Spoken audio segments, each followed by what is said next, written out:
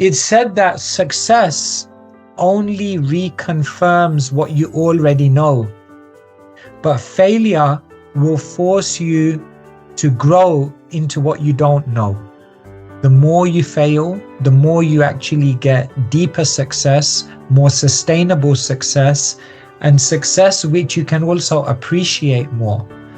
If success comes easy, then it's not appreciated often, and it's often not utilized, and it's not often something which brings us deep fulfillment. But when success is earned through wisdom and through struggle, then often that success has a much more powerful effect on our lives. So it was Churchill that said, success means to go from failure to failure without any loss of enthusiasm. That is success.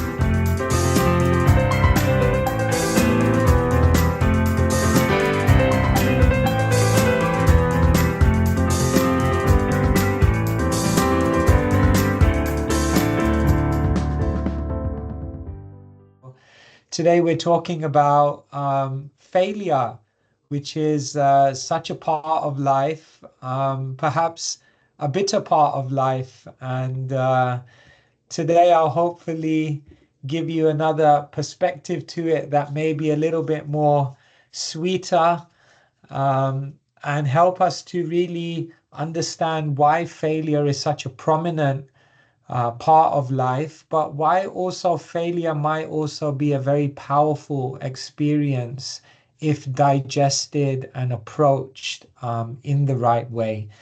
So thank you again, everyone, for coming. I will, at different parts in the talk, ask you to share some of your thoughts on the chat. So please do feel free and don't be shy. And I will leave about 15 minutes at the end, 20 minutes at the end, just for comments, for questions, for reflections.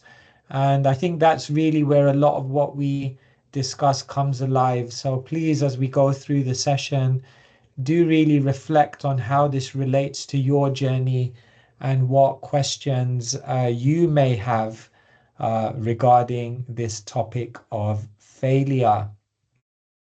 Friends, I want to begin by asking you a question straight ahead. What are you delaying in your life because of the fear of failing? I think this is a really, really powerful question to ask ourselves.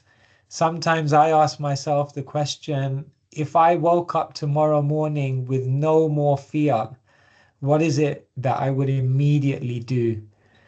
And I'd like to ask all of you, do you have an answer to this? What are you delaying due to fear of failure? Would anyone like to write anything on the chat?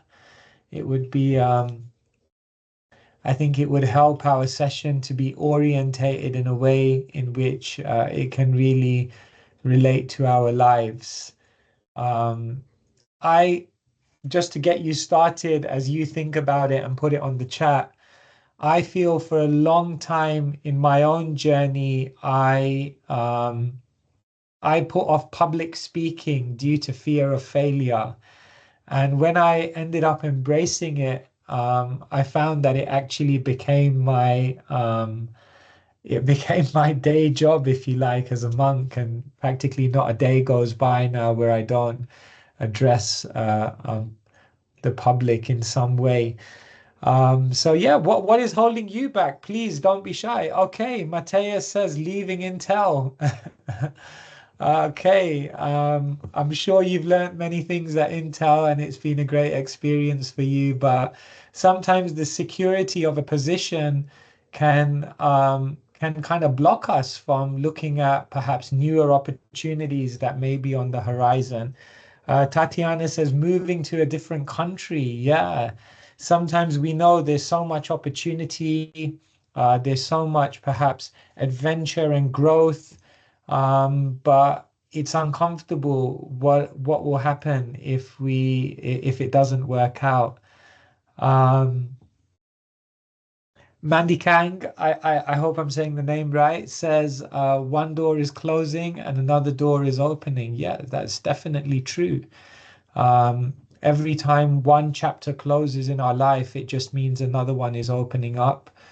And we have a saying amongst the kind of monastics that when one door closes, it's an indication to look in another direction where another three are opening up. But oftentimes we just become fixated on that.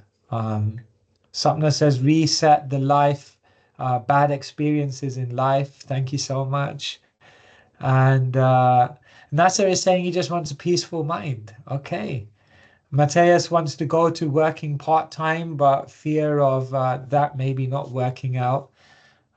Thank you so much. Yeah. Please, everyone, as we go through this session, really think about this question. What are you delaying due to fear of failure? Because it will help to actually contextualize everything that we're talking about. Today, I want to share with you some perspectives on failure from the ancient book known as the Bhagavad Gita, an ancient wisdom scripture, which really is a non-sectarian, universal spiritual tradition that not just talks about the other world, but very much talks about the world that we're living in today and how to navigate all the different experiences that we go through. The verse that I'm showing you here in front of you from the Bhagavad Gita is a verse that is actually repeated multiple times through the text. Um, and well, I'll say the Sanskrit for you because Sanskrit is a very beautiful language. It's said to be the mother of all languages, and many Indo-European languages have derivations from Sanskrit. And he said that oftentimes hearing the sound vibration of the language also helps to instill the insight within a deeper space in our consciousness. So in Sanskrit, the verse of wisdom goes like this. Yogastha kuru karmani sangam tyaktva dhananjaya siddhya siddhyo samo bhutva samatvam yoga uchyate. Krishna is the speaker of the Bhagavad Gita and Arjuna is the listener. He's a warrior. He's on a battlefield. And the battlefield setting of the Bhagavad Gita is very apt because it's almost like a metaphor of life. Life is like a battlefield. However, on the actual battlefield, everything is accentuated. The aggression is accentuated. The challenges are accentuated. The stakes are accentuated. And therefore, although life is a battlefield, the actual battlefield is perhaps the most intense place. And therefore, the insights shared on the battlefield tell us that if it's relevant there, it can be relevant anywhere. And so this is the piece of advice that Krishna gives to Arjuna on multiple occasions through the text. Perform your duty equipoised, O Arjuna, abandoning all attachment to success or failure. Such equanimity is called yoga. This is from the Bhagavad Gita 2:48. So this is a very, very powerful insight. Krishna is telling Arjuna that if you become totally okay with failure, then actually you can experience the totality of life. And actually, many, many wisdom teachers have talked about this.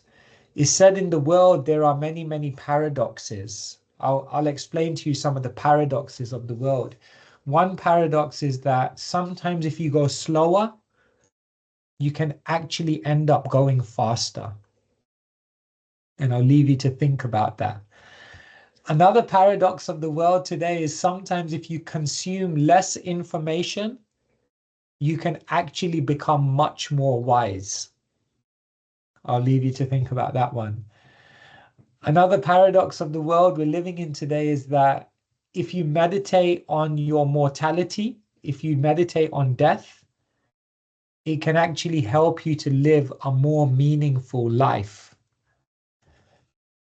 And the paradox I want to talk about today is that if you actually in your life embrace failure, and if you fail more, then you'll be in a much more powerful position to find more success. Dear friends, one of the paradoxes of the world that we're living in today is that those who fail more often also succeed more. And they're able to fail more because they've framed and approach failure in a different way to most people. And today I'll try to share with you certain ways, mindsets, and mantras and sutras that if you keep in your mind will help you to be totally okay with failure. And by being totally okay with that, you can actually achieve amazing things in your life. The first sutra that I want to give you, which can help you to be totally okay with failure, is to realize failure is never final. We tend to think failure is defeat. Failure is the last chapter. Failure means death. But actually, failure is just a point on the journey. And when we realize that where we are doesn't determine who we are, then with this kind of mindset, we can confront failure and we can realize there's life beyond this failure. Sometimes we have many options in our life, and what happens is failure means many things get closed. And oftentimes we can feel that failure or that closure or that closing door that somebody talked about means that it's the end of my journey. However, failure is never final, and life is always creative. And according to the ancient teachers of the East, life is an interplay of fate and free will, karma and choice. And so at every moment, we're experiencing certain destinies according to wisdom teachers. And part of that destiny is sometimes failure. However, in the midst of all of the failure in our life, there are always creative opportunities. There's always free will. There's always the power to make a choice. And if we make the right choice and if we have the right mindset, then we can open up unlimited new horizons and paths in our life. And so this is perhaps the most simple approach to failure, but one that most people haven't fully digested. Remember, dear friends, failure is not final. It's just a point on the journey. I want to tell you the story of this gentleman. His name is Brian Acton. And in 2009, he decided to leave Yahoo and he decided to look, as someone mentioned on the chat, for newer pastures. In 2009, in the month of May, he went for a job at Twitter. And after having his interview and going through the various processes, he was rejected. Failure. But what did Brian Acton do? That very day when he got rejected by Twitter, he actually went on his Twitter account and he tweeted this: got denied by Twitter HQ. That's okay. Would have been a long commute. In other words, he accepted the failure, he accepted the rejection with grace. He learned how to take a no in style. Now, Brian Acton, 3 months later, went for an interview at Facebook. And after going for his interview and having going through the process there, he got rejected by Facebook. Just look at the date here. He got rejected from Twitter in May of 2009, and then he got rejected by Facebook in August of 2009.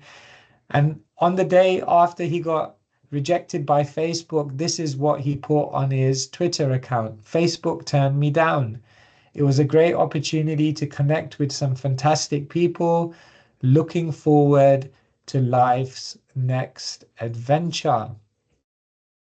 Here we have Brian Acton in the face of failure, trying to take it with grace and look for life's next adventure. This was in 2009. After Brian Acton got rejected from Facebook, he went on to exploring, innovating. Eventually, Brian Acton developed WhatsApp. WhatsApp, which now has 2 billion users. And the amazing thing is that in 2015, 6 years after he was rejected from a job at Facebook, Brian Acton went back to Facebook, not for an interview, but for a business proposal.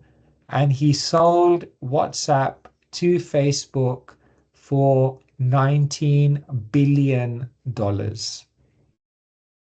Dear friends, failure is not final, because when many paths seem to be closing, if we stay focused and we stay positive and progressive, then we can actually understand that many, many new doors are opening up in our life. Let me give you one other anecdote.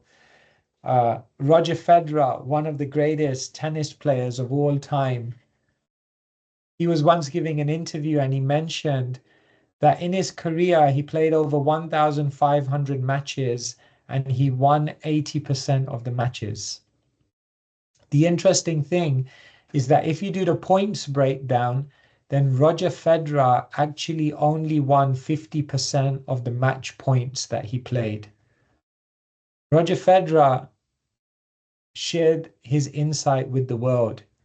You can lose 50% of the points and still win 80% of the matches, because a point is just a point. And so on the battlefield in the Bhagavad Gita, Krishna is telling Arjuna to remain equipoised in failure. And it makes sense, because failure is not final. But let's go a little further, friends.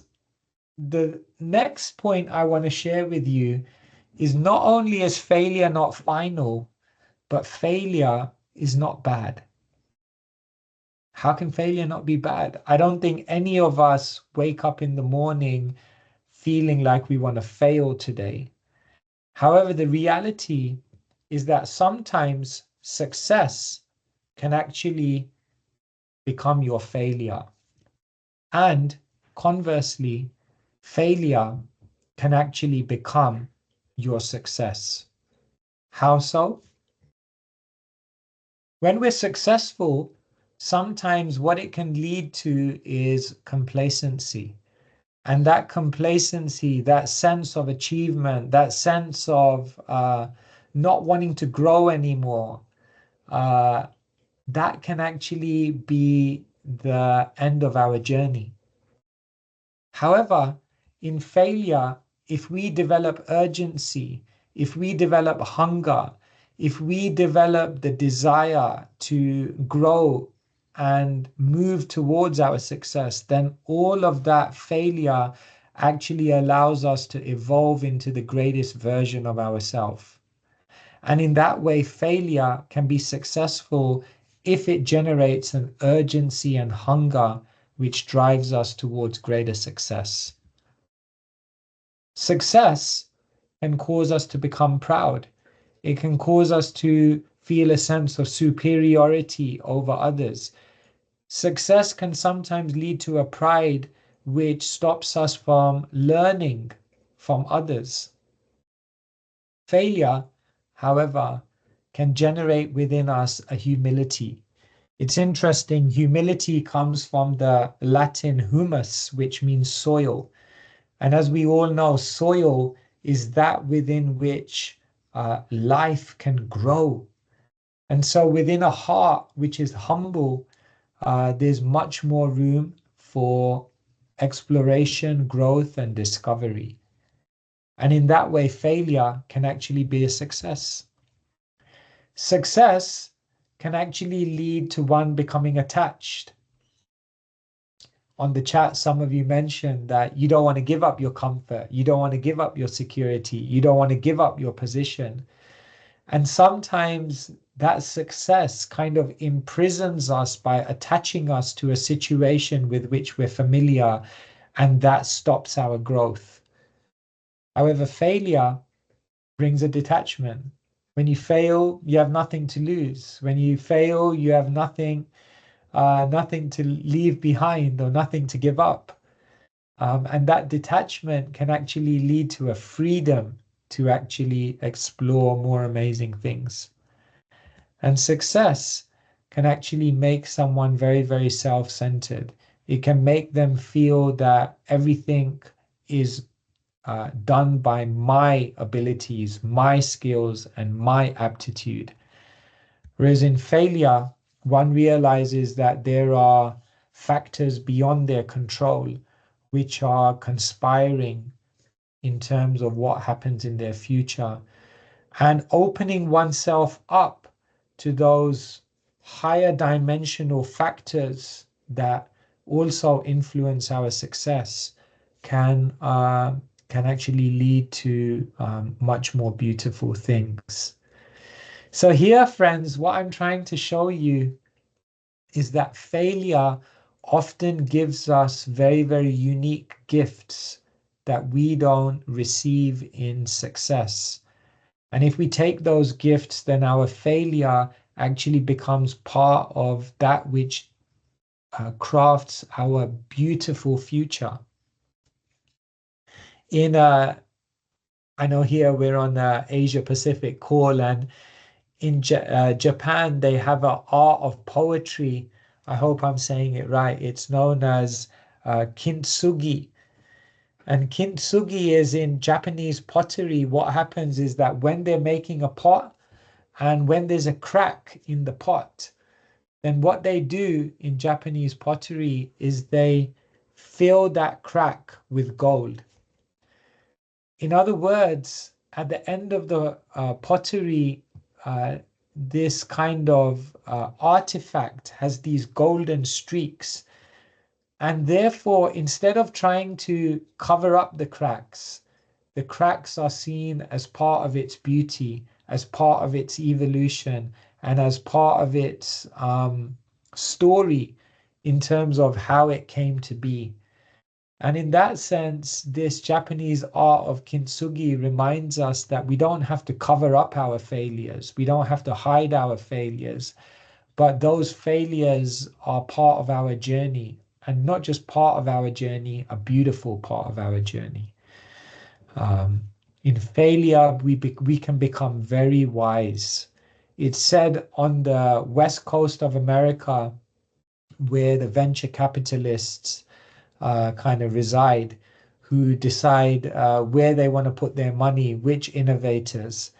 It's said for venture capitalists on the West Coast, if there is an entrepreneur who has gone bankrupt, it's actually a green tick.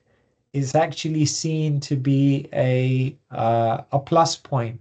It adds weight to their application for funding, because venture capitalists see that now they've gone through that experience, they're much wiser and they're much less likely to go bankrupt again. In other words, they don't see that failure of bankruptcy as a red mark, but rather a green tick, because failure is not bad.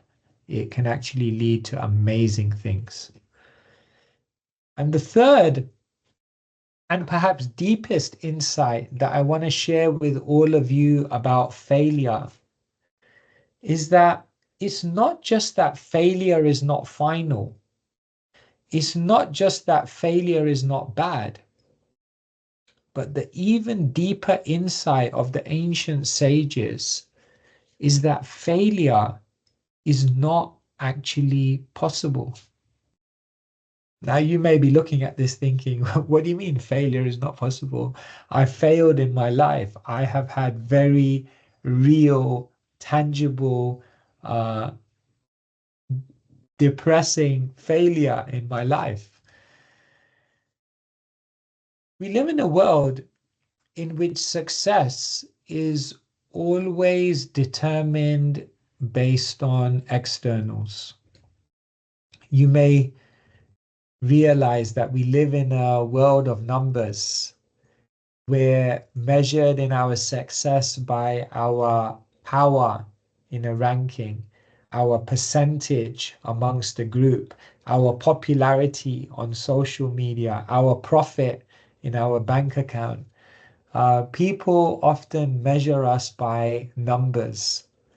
It's interesting. Einstein, he says, everything that can be counted doesn't necessarily count. And sometimes the things that can't be counted count for more. According to wisdom teachers, success is not one-dimensional. Success is not just what the world sees, but there is another dimension of success, an invisible success, an internal success. And on this dimension of success, if we approach whatever we're trying to do in life with the right attitude, we will always be successful. On the inner invisible success, the wisdom teachers explain, we can never be a failure if our attitude and our orientation is in the right way. Let me explain a bit deeper what I mean by this. Whenever we're trying to achieve something in life, we put in endeavor and we put in effort. Say, for example, a student is trying to pass their exams. Then they put endeavor and effort. They revise, they study, they look at the past exam papers, they get advice, they go to the classes, they do extra tuition. They put all the endeavor and effort to try and succeed. Now, after all is said and done, that student will get an external result. And that external result is their percentage in the exam. And this is the visible type of success that the whole world will see. And that success is definitely influenced by endeavor and effort, but there's also destiny. You may go into the exam hall, you never know what questions are going to come up. You don't know how the person marking your exam is going, what frame of mind they're going to be in. In other words, you can do everything right, but there are always factors outside of your control which will then influence the outcome. And therefore, one dimension of success is the external result, what is visible. And while that's influenced by our endeavor and effort, we are not completely in control of that. And therefore, the external result is never within our control. However, there is an internal result. If a student approaches their exams with that diligence, with that endeavor, with that effort, then there will be an invisible result. They'll learn the knowledge, they'll become more disciplined, they'll learn the qualities of focus. In other words, internally, regardless of their external exam result, internally, they will develop in certain ways as a result of their endeavor. And that internal result, that invisible success, that is not dependent on anything except one's own endeavor and effort. And so, in the Bhagavad Gita, there's a beautiful concept known as karma yoga. And this means the art of working with detachment. In other words, if we put the best of our intention, if we put the best of our attention, And if we try to do the best action, endeavor, and effort that we can, if we've invested that, it's already a success, regardless of the external result, because internally we will have grown in amazing ways as a result of our efforts. And so the ancient Bhagavad Gita teaches us on the deepest level, you can never be a failure. Because if you do things with a noble spirit, internally, you'll always be the winner. Internally, you'll always develop. And internally, you will be successful. It's just that that success may be invisible to the world. However, that invisible success that's unknown to the world will be the foundation of your future success, which may well be visible to the world. And so, dear friends, today what I'm trying to share with you is the power of embracing failure. I began by asking you the question, what are you holding back in life? What are you avoiding pursuing? What is it that is limiting you? What are you limiting yourself from because you're scared that you will fail? And I hope with these three statements to remind yourself that failure is never final, to remind yourself that failure is not bad, and to remind yourself that in the ultimate sense, failure is not possible. When we deeply ingrain these insights into our consciousness, then we'll be totally okay with the prospect of failure in our life. And by embracing failure, remember I shared with you the paradoxes of our time. Those who fail more succeed more. But what happens in the world we're living in today is that many people have become hijacked by the fear of failure, and therefore they're not able to realize their potential and move into more creative, amazing spaces in their life. And so don't be afraid of taking a risk. Mark Zuckerberg says, the only strategy that's destined to fail in a world that's constantly changing is to not take a risk. And therefore, the final thought that I'll lead you with, because oftentimes we're very, very risk averse. The final thought I'll leave you with is that taking a risk is risky, but not taking a risk is just as risky. In other words, not taking a risk is also a risk, because everything we do in life, whether it's activity or whether it's hesitation, is all a risk. And therefore, the most progressive people in their life, they don't allow their life to be controlled by the fear of failure. But what they allow their life to be driven and inspired by is the dream of success. And therefore, Nelson Mandela, I'll end with a quote from him, very, very nicely summarizes, may my decisions in life be driven by my dreams and not by my fears. And of all fears, perhaps the biggest fear that each one of us have in our lives is the fear of failure. And so, with these final words, please, please, please remember, failure is never final, failure is not bad, and failure is not actually possible. And therefore, on the battlefield setting, when this beautiful conversation of the Bhagavad Gita is taking place, Krishna tells Arjuna, be equipoised in failure or success. Such equanimity is called yoga. Thank you so much. Really appreciate your time. I see many of you have also put some comments on the chat, which I appreciate. And I think, Sapna, do we have some time to raise some questions or perhaps have some comments or reflections? Yes, sure. Thank you so much, Swamiji, for such an impactful and thought-provoking session.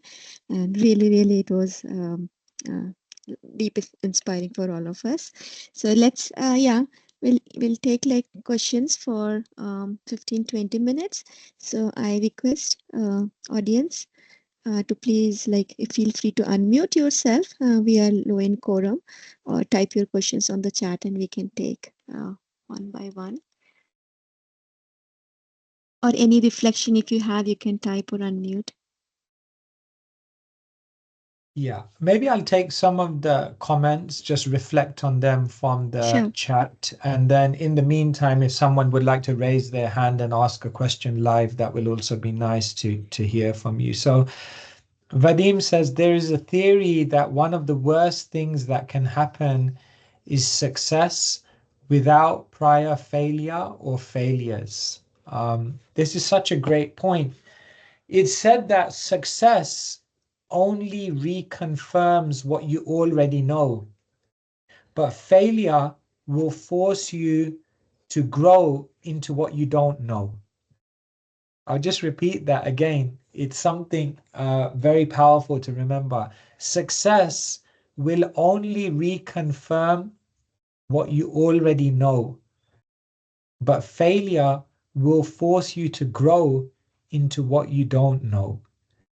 And therefore, you'll see that, as I mentioned, that paradox, the more you fail, the more you actually get deeper success, more sustainable success, and success which you can also appreciate more.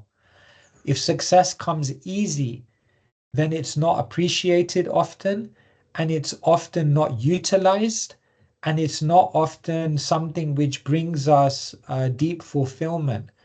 But when success is earned through wisdom and through struggle, then often that success has a much more powerful effect on our life. So thank you so much, Vadim, for sharing that. Arti says, with more experience in personal and professional life, I feel that sometimes failing is also a success. Yes, failure is not bad. And I talked about the idea of successful failure. We know the famous story of Thomas Edison, who invented the light bulb. And we know that many times he seemingly failed. Um, and he made a famous statement. He said, I didn't fail 1,000 times. I successfully found a way not to do it. So that's also is an interesting reflection. He said, I didn't fail 1,000 times. I successfully found 1,000 ways not to do it. In other words, he framed it in a completely different way. And I think it was Churchill that said, success means to go from failure to failure without any loss of enthusiasm. That is success. Success is not arrival at a certain point. It's the ability to go from failure to failure without any loss of enthusiasm. Um, Thank you so much. If anyone wants to put their hand up and ask a question, or it doesn't have to be a question, you may want to share a reflection, then we are very open to that. Vinny says failure or success, it all depends who is defining the definition. It's me or my social programming. If our definition is with every activity we're gaining new experiences, then each failure becomes a success. Thank you so much, Vinny. Yeah, you've kind of preempted what we're going to be talking about next week. This week, I was talking about failure and how to approach failure. But what we're going to try and do next week is talk about, or in the next session, sorry, I think it's in 2 weeks, we'll talk about redefining success and what is success. Because if we have the wrong definition of success, then it's very likely we'll also have the wrong definition of failure. So thank you so much. I see a video on my screen. Is that someone wanting to say something or? I don't think so, Swamiji. No, Maybe okay, we all can, right. yeah, Okay, we okay, can no maybe worries, no question. worries. Yeah. I'll just carry on going through the chat. This Matthias, I also can share something. Oh if you yes, like. Matthias, go for it. Yes, please go for it. Yeah, what helped me, I think, is not seeing it at all as all or nothing, but a little bit like yoga exercises. You don't go to the extreme in your exercise, but you stretch gradually and you stretch some more and you do small experiments, medium experiments. So I think it's you are. I feel you're describing the end state of this journey, but you don't need to get there in day one. So being kind to oneself helps. Trying something out, seeing what happens, trying a little bit more. So it's not an all or nothing kind of path.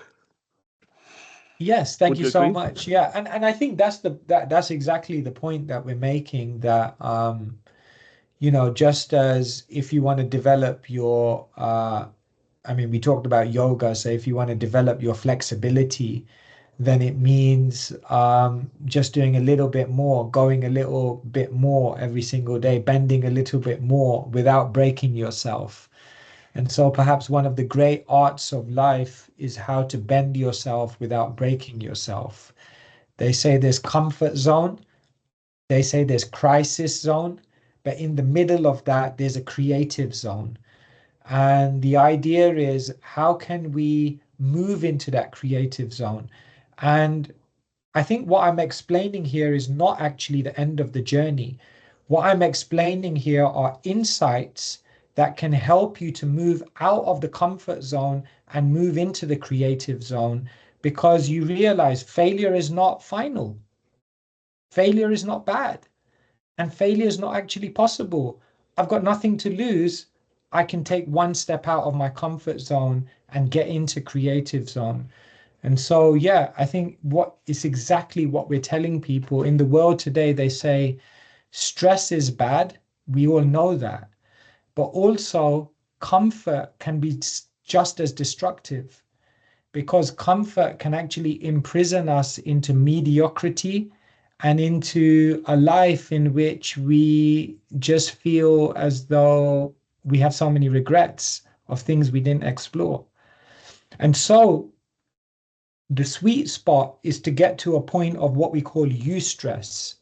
And in order to get to eustress, we have to be okay with the idea that things may not work out how I plan it to. But without that mentality, it's very difficult to come out of comfort zone. And so I think very much what we're sharing here today is not the ultimate, it's the insights that can help you move on that journey. Thank you.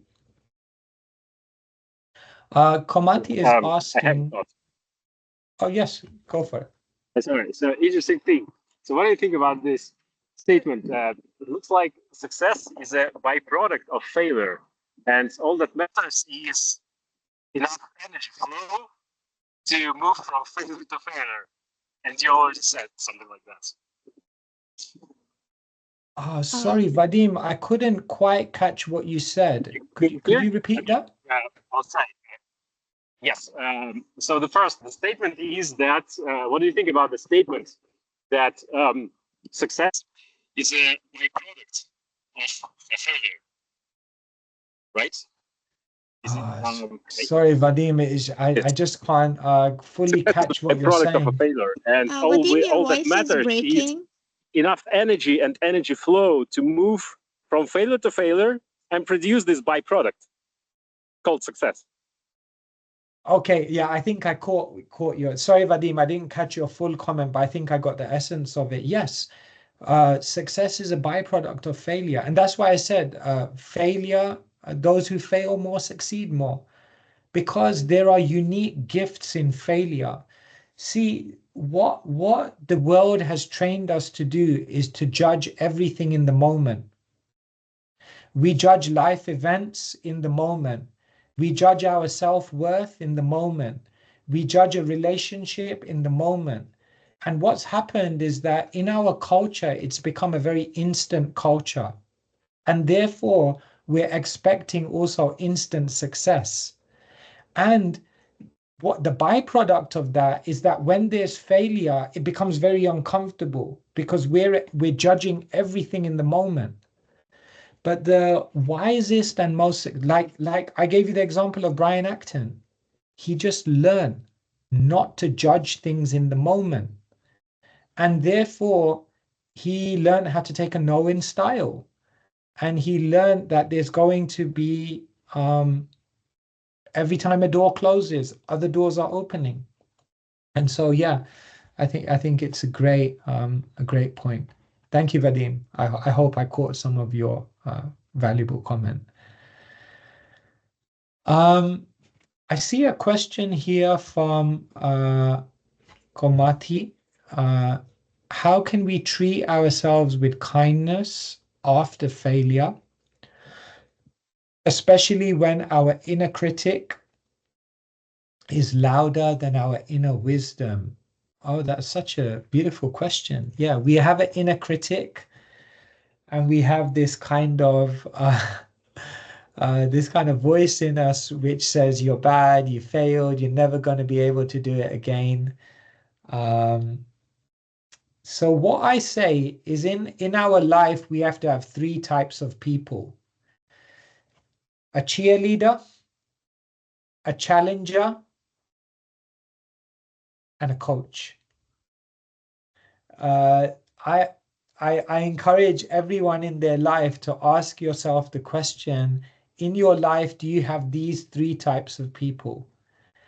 A cheerleader means you need someone in your life who just gives you positivity, someone who whispers in your ear, you can do it, and someone who is really giving you that energy and belief and faith in yourself. Sometimes they say the greatest thing you can have in your life is someone who has more faith in you than you have in yourself.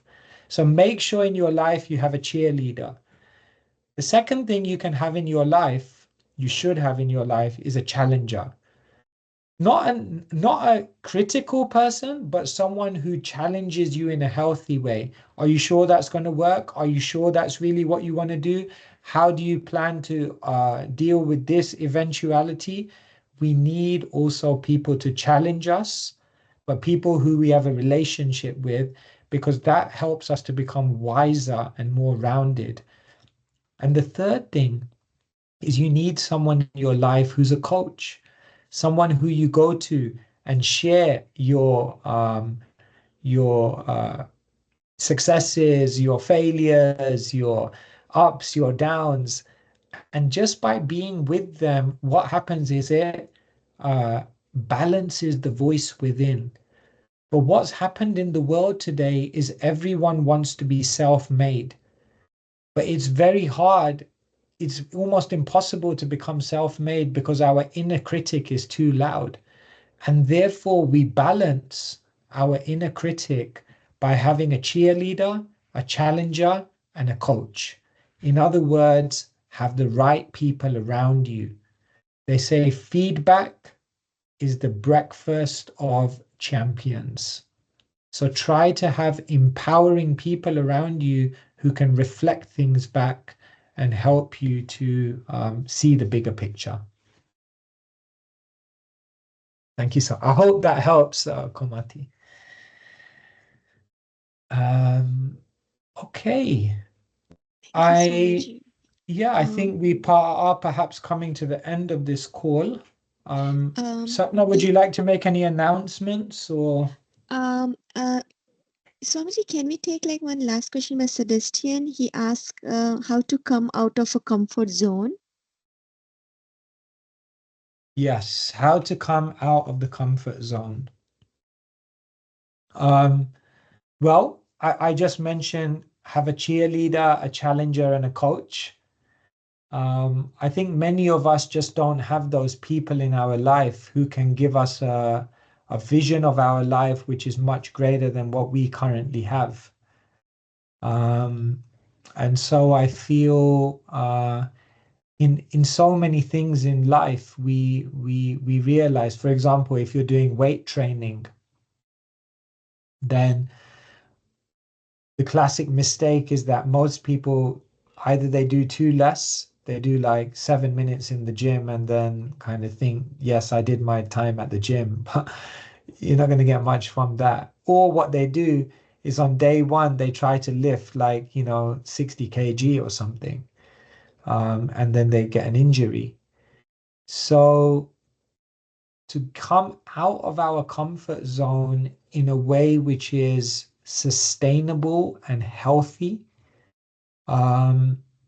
we need empowering relationships, and I think that is very, very powerful. And I'll just say one other thing which gets us out of our comfort zone is having something that we're excited about. They say the best alarm clock in the world is purpose. Because when the alarm clock goes off in the morning and we have a purpose, we jump out of bed. We come out of that comfort zone. I mean, there's no more kind of graphic depiction of the comfort zone than your own bed in the morning. But they say purpose is the best alarm clock in the world, so that you're ready to jump out of that comfort because you have something much greater that's driving you in your life. And so I think we have to find passion and purpose. And perhaps we could do another talk on that, but I'll just end with passion and purpose. Passion is what brings you joy, and purpose is what brings joy to the world. And when your passion and your purpose align, then you live in what we call flow state. And that's where the most magical and beautiful things happen in life. So let us find our passion, let us find our purpose, and let's find powerful people around us who can help us to walk that path. And let us realize failure is not final, failure is not bad, and failure is not possible. And in this way, let failure be the pillar of our bigger success. Thank you so much, everyone, for logging on. I wish you a wonderful day wherever you are.